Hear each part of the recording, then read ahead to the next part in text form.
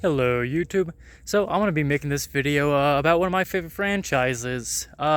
Unfortunately I have to kind of bash on something with it, but I think it's bashing for a good reason. So let me explain about it. It's actually not going to be about One Piece, despite my appearance and all I basically have to talk about. No, today's actually going to be about Borderlands, which is probably my favorite gaming franchise. I've been playing it since 2010 on the PS3 when Borderlands 1 had came out, just the year prior as it came out in 2009, but I've been playing it for quite a while. I have well over 1,000 hours on it when you combine the PS3, PS4s, and the PC. I say PS4s because it would be mine, my brother's, and my sister's, as, you kind of move around and you plan on all of them, right? But yeah, so I have a lot of time in all four of the games. Not really too much in 3, and I'm not really going to be talking too much about the Tales games because those are kind of like 1, maybe 2 playthroughs that you can get out of it before there's not really too much extra out of it. But for the most part, I've played 1, 2 quite a bit, easily 1,000 hours between the two of those combined, right? And then pre-sequel and 3, not as much, especially not as much 3, but pre-sequel I've been getting a bit more love into. But what I want to talk about more specifically, now that, you kind of have the history of why I'm talking about it, I want to talk about the movie. See, we had gotten the movie trailer not too long ago, and we also have, the casting, and, I think you could probably tell by the title and the way that I'm acting, I'm not a big fan of it. I said I'm going to bash on it, and I am. Unfortunately, I think the Borderlands movie is going to be terrible. It's going to suck. As much as, as much as it hurts to say that, I don't think that the Borderlands movie is going to be anything at all like Borderlands. And I know I uploaded some stuff on TikTok, and, I had a comment saying, like, oh, well, like, what do we complain? Oh, if it was just a one-to-one adaptation, we would all hate it. Well, first off, I don't really think that's true. I think a one-to-one adaptation, if done correctly, would be loved by the fans. Considering that this is a video game movie, it should be for the fans, not for a general audience. You don't really make a new video game movie to try to get, the audience into the game franchise. The Sonic movie wasn't there to get people into the Sonic franchise. It already had its fan base. The Mario movie didn't need to, wasn't generating new fans. The games do that perfectly fine. Odyssey and Wonder, or whatever the new one that came out on the Switch, those are doing just fine. We don't need a movie to promote them. No, instead what those video game adaptation and movies are for isn't to get people into the franchise, is people who are in the franchise can celebrate. You can get to watch all the stuff that you've been experiencing for years and you've been controlling for years. You now get to see that as an actual story being told by people and, acted out and having done, people getting to do stuff. Unfortunately, we look at the Borderlands thing, and there's a lot of major issues with it. I won't go over really all of the adaptation and my problems with that, just because, here I am walking, I can't really pull things up to make sure that I'm getting the exact one-to-one on every, bit of detail that I want to get through. Because when you have an IP and a franchise that has been around for 15 years, there is, the whole case of, oh, it's an adaptation, it's their IP, let them do what they want with it. It's 15 years of knowledge that the fan base has in it, and you're making this movie for us. So when you start bastardizing things, it's immediately a red flag, immediately a turn-off. And I want to start with, the casting, obviously. So our main cast, we'll call them quote-unquote vault hunters, because the plot of this movie isn't a vault. It seems to be that Atlas, who, mind you, not Reese, is just Atlas, the man that we've never met, and we actually kind of hate because he's the whole reason why we were trying to fight Commandant Steel. It was Atlas, those the overarching manufacturer bad guys. But all of a sudden Lilith is being tasked by Atlas to save his daughter, who also didn't exist. But I won't really gripe too much on that because it can be a side quest and we're getting to meet the characters, right? So why would I really complain about that? I would prefer to see us, more stuff to do with the vaults, maybe learning stuff with the vaults and sirens, but we won't get into that. I want to talk about the cast and then characterization bastardization. So, we're going in, and our main cast for Borderlands 1 realized the whole universe the whole thing is going to be taking place with Borderlands 1. We're here on Pandora. We have Borderlands-esque characters. We have references to Borderlands 1, the main villain, Commandant Steel. And then we get into it, and our main cast, we're going to be following Roland, of course. Lilith, of course. These two make sense. Patricia Tannis, who, yeah, that's Borderlands 1. Why is she, part of the main cast, actually traveling with them? Weird. She should just kind of be the Oracle, your Oracle from DC, your should just be your eyes in the sky type of character. You know, you're intelligent, but not a fighter, or at least not a fighter anymore for Oracle, but, you know, not a fighter. So she just hangs back and gives us the information that we need because that's what Tannis is. She was a researcher. But some other reason she's going to be in the part of the main thing. Claptrap, of course, he's always around. And then we have Tiny, Tina, and Krieg. And the reason why I bring those two up together is because if you know the Borderlands franchise, they don't exist yet. Even though, yes, technically they do exist because, you know, how the timeline works, of course they exist. But we don't actually know of them until Borderlands 2. Even though there is information in Borderlands 2 saying that, yeah, Tina technically was around Borderlands 1, she wasn't introduced until Borderlands 2. And she's also supposed to be kind of connected with Roland. And the reason why I bring up, you know, both Krieg and Tina together, not just because they're Borderlands 2, but also because in the movie they're going to be connected. Because as the description of Krieg says, he is going to be the simple-minded, muscle-bound protector of Tina. Which, if you know how Krieg is supposed to be, he is Krieg the Psycho, who is in love with Maya, the Siren, because he believes that she'll be able to cure him and the way that she treats him, right? So yeah, there's not going to be any Maya, and Krieg the Psycho seems to be more like Craig the insane guy, who, to be honest, he doesn't even seem like he's going to be a psycho in the way that we're used to. He's just going to be simple-minded, which, whatever they actually mean by that, if they just mean like, you know, Brick, you know, a muscle-bound, simple-minded protector. That's weird. He's also in Borderlands 1. He's not going to be in the movie, though, seemingly. Neither is Mordecai, so you have two of the original Vault Hunters from Borderlands 1 in Borderlands 1 movie, and then for some odd reason you bring in Tiny, Tina, and Craig, or Krieg. I mean, I'm going to keep calling him Craig, because that's not Krieg the Psycho. That's Craig the Unknown Man.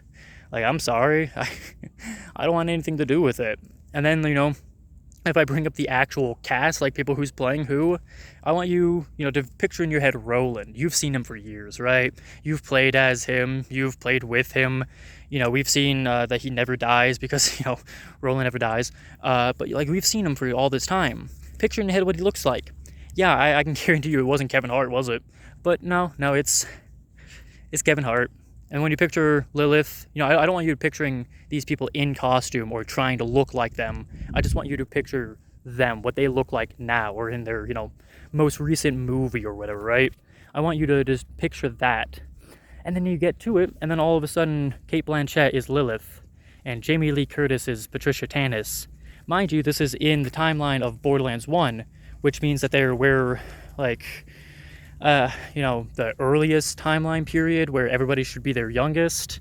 So if you don't know, you know, I mean no offense to any of these actors or anything, but Roland should not be being played by Kevin Hart, a 5'3", 5'4", whatever his height is, man-child. And I mean no offense by when I say man-child, but I just mean, like, height-wise, personality-wise, his voice, his comedy style, he's just childish. And I know a lot of people might think, oh, well, Borderlands is also childish. I mean, piss wash gold, ha ha ha ha. But, like, this was also just, like, comedy of the time, right? This was 2009 when they were made. So it's like, you can't really complain about the names then. But then now you're still having comedy of, like, them driving through piss wash gulch. And then just piss flies into the car. Like, haha, that's really funny. Thanks, Kevin Hart as Roland. Thanks, Jamie Lee Curtis, who, you know, no offense to her. I love her as an actress, but she's like 63 years old. Is that really Patricia Tannis in Borderlands 1 at her youngest? Even in Borderlands 3 at their oldest, they don't look like that. I mean, it really would not have been too hard to find either younger characters, like younger people to play them, or to, you know, age everybody up, because Tina also seems to be aged up. So, oh, maybe everybody's aged up. But then Roland shouldn't be around because reasons. Krieg, why is Krieg there for aged up randomly?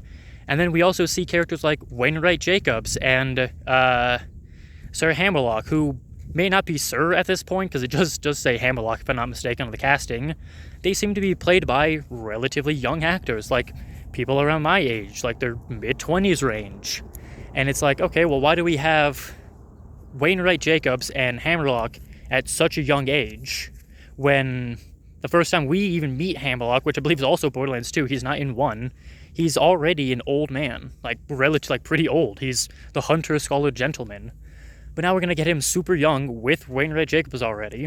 And I get the feeling that because they're going to introduce Wainwright Jacobs here, they're also gonna try to make him be the creator of, like, the owner of Jacobs right now, which isn't correct. He doesn't get ownership until 3 when his father dies. So, among like the character choices, but like they also just change characters around. Like Krieg, as I said, he's not Krieg the Psycho. He's Krieg, basically what Brick should be. And then you get to like, some other of like the smaller characters like Crom.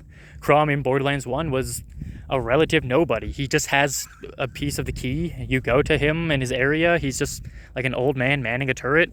You get rid of him, you get his key piece. You move on. Crom is going to be a way bigger character in this, and instead of being like an unimposing old man with his turret and all his people, he is played by this 7'2" muscle-bound actor named Oliver Richards. You can go look him up and see what he looks like, and then when you look at him, just realize that this is Borderlands 1, and there is a relatively tall, muscle-bound character in Borderlands 1 who really should be here but isn't. But I digress, because I know that I'm sure I'll get, somebody who's going, well, it's an adaptation, it's their IP, let them do what they want. Cool, I'm not going to watch it then. And I'm sure most people aren't if you're just going to ruin the franchise. I want to bring up Sonic because I think, Sonic is probably the video game franchise that is doing the best. And it's because they're doing it correctly. In the first Sonic movie, they didn't introduce everyone. They didn't go, oh, here's Sonic, here's Knuckles, here's Tails, here's Eggman. Eggman is already created, already has like Omega and Shadow and Rose, and that's it. That's the whole cast of the first movie. No, first movie was Sonic and Eggman. Second movie, end of the first movie introduced Knuckles and Tails, but, then we get the introductions of Knuckles and Tails in the second movie. And then the third movie, we get the announcement of it, and we see one actress. We don't see the character, we see the actress, and that's it. And we immediately know what the plot is going to be. Why? Because the timeline has been continuing the correct way it has this entire time, because the fans know how the timeline goes, so we know what's coming up, and now we see this actress who is going to play exactly the character who it looks like. Like, if you see Roland in, if I said, hey, Borderlands movie is coming out, Roland's going to be, Kevin Hart is going to be in the movie, rack in your brain, who is Kevin Hart going to play? Like, not me telling you who he's going to play, just in your head, think of all the characters from the entirety of the Borderlands franchise, 1 through 3, including pre-sequel, including the 2 Tales games. Think of all of the characters in those, and tell me who Roland plays, or who Kevin Hart plays best, and tell me that it's Roland.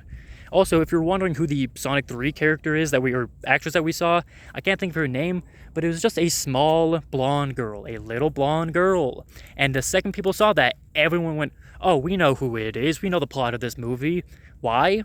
Because they did it correctly. They moved the timeline forward. They have the characters, portraying who they should. They have everything really accurate. They even changed stuff for us from the first movie. As we remember, the original Sonic was not that good. So it's like, we get all this love. And also, it's Maria, by the way. We saw a small blonde girl. That's Maria, who we know has stuff to do with Shadow. So it's like we see all these characters that we've been experiencing for 15 years. For Sonic, I don't know how long Sonic, the time period of that thing is, but Sonic's been around for a long time. How do you think it would have been if, like, in the first Sonic movie, they introduced Sonic, they had Sonic there, and then randomly, they just also had Silver? Like, they had Sonic and Tails, makes sense, and then for some odd reason, like, Silver is there, and, like, Big is, or, like, I don't want to say Big, like, I don't know all the characters to it, but, like, Cream, who I don't think is really a combatant, but she's there, and she's being a combatant for whatever reason. And it's like, well, these aren't, like, sure, it's your IP and you can do what you want with them, but these aren't the characters, and you aren't, like, how they were originally meant to be. Like, adaptation. No. Just, we know how the adaptation should be. We've been playing it for 15 years. You don't need to change it. The FNAF movie, I'll talk about that as the last thing. Could you imagine if the FNAF movie, for the 4 core animatronics, they were like, oh, it's Bonnie, but it's, like, the Bonnie that doesn't have the where's my head thing, like the where's my head, Freddy, and it's just his underjaw, or his lower jaw. And then we had, like, Freddy, because of course it has to be Freddy.